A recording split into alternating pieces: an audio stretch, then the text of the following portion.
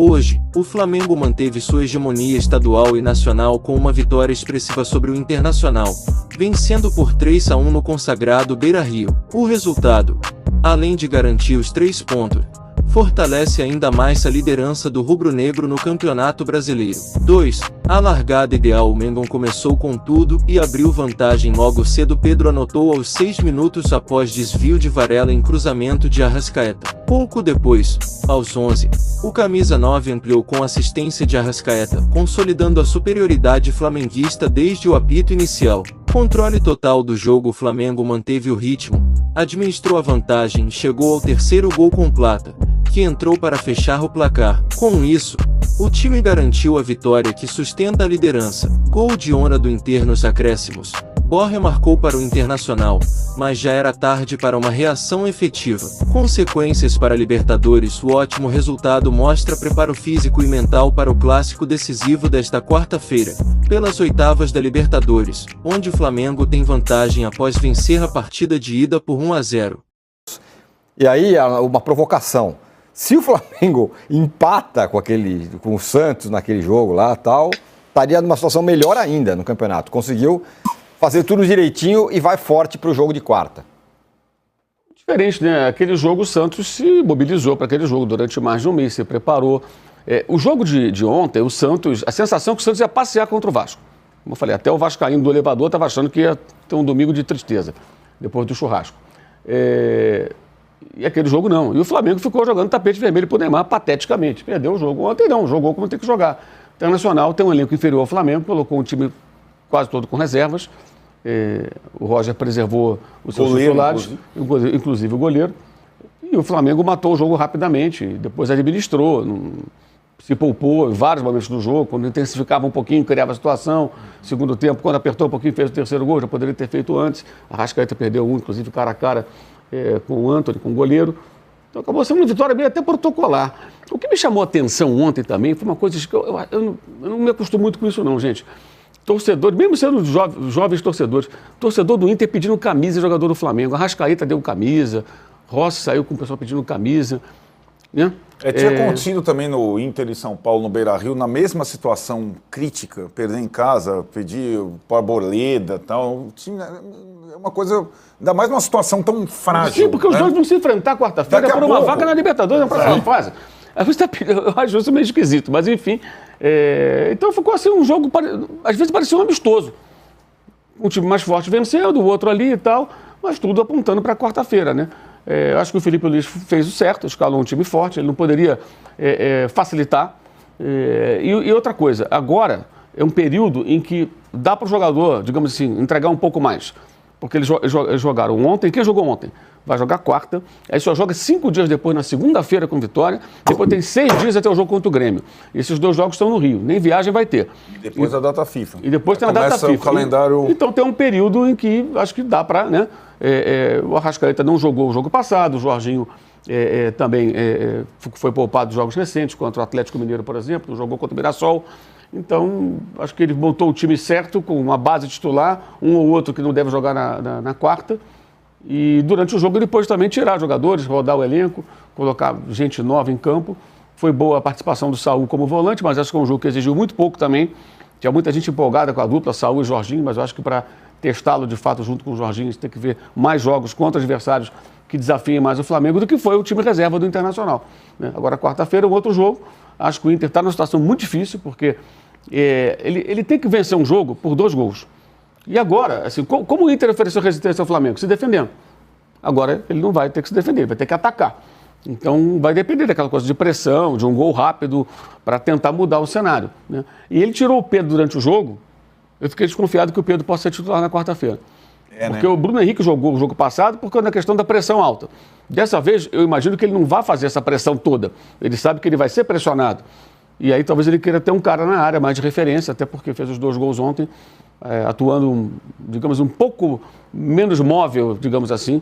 E fiquei com essa desconfiança. Mas foi assim, foi uma vitória estranhamente protocolar pelo contexto do Internacional ter colocado um time reserva, se preocupando com quarta-feira, quando precisa vencer o jogo de qualquer forma. Vou falar já jogo de quarta-feira, projetar, mas Juca, Você sabe, né, que eu tô aqui há milênios falando, é Palmeiras, é Flamengo, mais ainda o Flamengo do que o Palmeiras. O que pode atrapalhar o Flamengo na disputa do Brasileiro? Ele vai lá, joga ontem, poupa alguns caras lá, ganha como se estivesse treinando. E assim vai. Não. O que pode atrapalhar o Flamengo na caminhada dele para ser campeão, que eu concordo com você, é o grande favorito, é exatamente o Palmeiras. Porque o Palmeiras não tem a mesma facilidade para ganhar seus jogos, não dá o espetáculo que o Flamengo deu ontem no Beira-Rio, lembrando, contra os reservas do Inter, isso também é importante frisar, mas o Palmeiras é o Palmeiras, como eu disse na minha pequena manchete. O Palmeiras está sendo Palmeiras. Tomou pressão, o Everton fez um milagre logo no começo do jogo e, de repente, Botafogo perde mais um gol, Palmeiras vai lá, faz 1-0 no final do primeiro tempo e cozinha o Botafogo em banho-maria o segundo tempo inteiro. Esse é o Palmeiras. E o Palmeiras, então, o Palmeiras está 1 ponto atrás do Flamengo, potencialmente, né? Então, eu acho que o que pode atrapalhar o Flamengo é o Palmeiras. Não dou como favas contadas, por enquanto. Não dou mesmo. Agora, considero, porque tem o melhor time, porque tem o melhor elenco, considero sim o Flamengo favoritaço, agora que está concentrado no Brasileirão e não perdendo tempo com a Copa do Brasil, como fez em anos anteriores. Acho que esse ano o Flamengo pôs na cabeça que é importante ganhar o Brasileirão e vai ganhá-lo. Muito bem, saiu agora oficialmente, Mauro, o Flamengo aí anunciou seu novo patrocinador master. Betano. Betano, até na sexta-feira eu trouxe informação, a Sporting Bet, que patrocina o Palmeiras, estava com a proposta mais alta, a Betano cobriu. E vai patrocinar o Flamengo. Amanhã vai ter a reunião do Conselho Deliberativo para aprovar o contrato, os valores ainda não foram revelados. Já estava fácil para todo mundo, agora Será o Flamengo que vai ter aquela uma... moça que faz propaganda da Betano vai junto? Ela é Flamengo. Ela fazendo embaixada? Ela é Flamengo. Tem uma coisa, isso eu acho que é um assunto pro Finanças do Esporte, né, que tem um programa muito bom aqui, mas na verdade é um patrocinador que patrocina normalmente campeonatos no Brasil, né? Não está patrocinando times. Patrocinou o Atlético Mineiro, Fluminense. Sim, agora nesse período, né? A Copa do Brasil e o Brasileirão, né? Sim. E agora vai O patrocinar. Sporting Bet patrocina a Libertadores e foi pro Palmeiras Exato. também. Tá fácil, né, Danilo? O Flamengo já tá ganhando pouco, agora vai ganhar um pouquinho mais.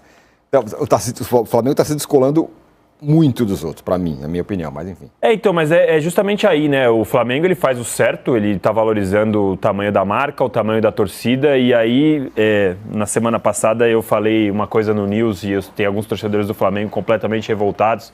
O Flamengo, ele vai ganhar, querendo ou não importa, ele vai ganhar mais com bilheteria, com patrocínio, não precisa querer ganhar mais do jeito que quer na televisão, fazendo acordo com o Corinthians, etc. Eu falei disso justamente por isso, porque o Flamengo, ele já tem naturalmente a potência que tem para poder ganhar em outras propriedades, não necessariamente querendo ser o predador nos direitos de televisão, ganhando muito mais do que todos os outros, porque no campeonato especificamente, ele precisa de todos os outros para jogar e para poder ter a força que tem. Então é isso que eu sempre defendo. Os times maiores, que têm mais torcida, eles vão ganhar naturalmente em outras propriedades. E sobre o jogo, o Tironi, ontem do Flamengo, eu particularmente, quando saiu a escalação, eu já sabia que o Flamengo ia ganhar, porque o time reserva do Internacional não dava para ver que não ia fazer muita frente para o Flamengo.